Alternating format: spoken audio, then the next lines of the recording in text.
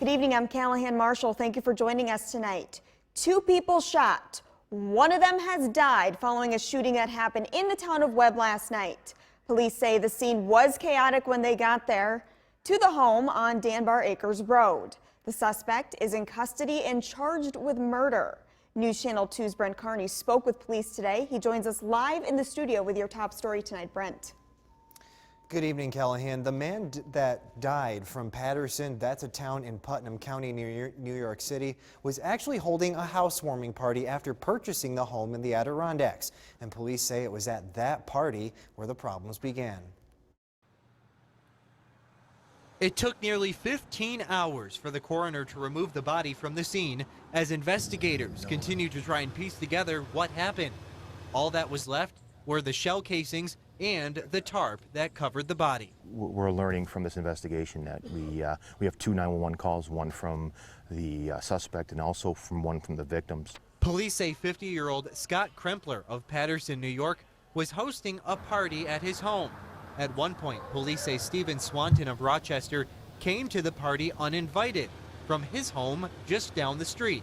While he was there, he got into an argument with Krempler. At one point, police say Swanton left the party. It's my understanding that one of the parties came up to return Mr. Swanton's cooler.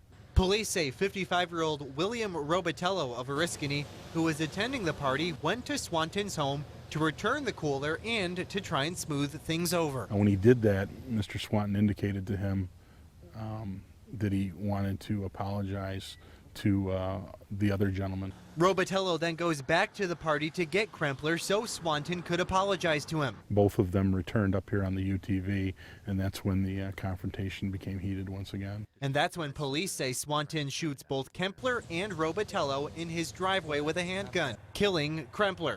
Robitello calls 911, and so does Swanton. Swanton claiming it was a home invasion. Police arriving on the scene to chaos. Everybody has to kind of come together and had to do several jobs because we didn't know if we still had an active shooter. You know, at one point we had victims to tend to.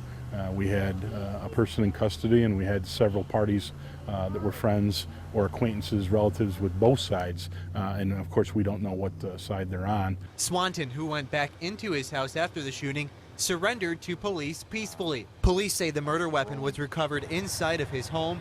Robitello was transported to Upstate University Medical Center in Syracuse and treated for gunshot wounds. He was then released.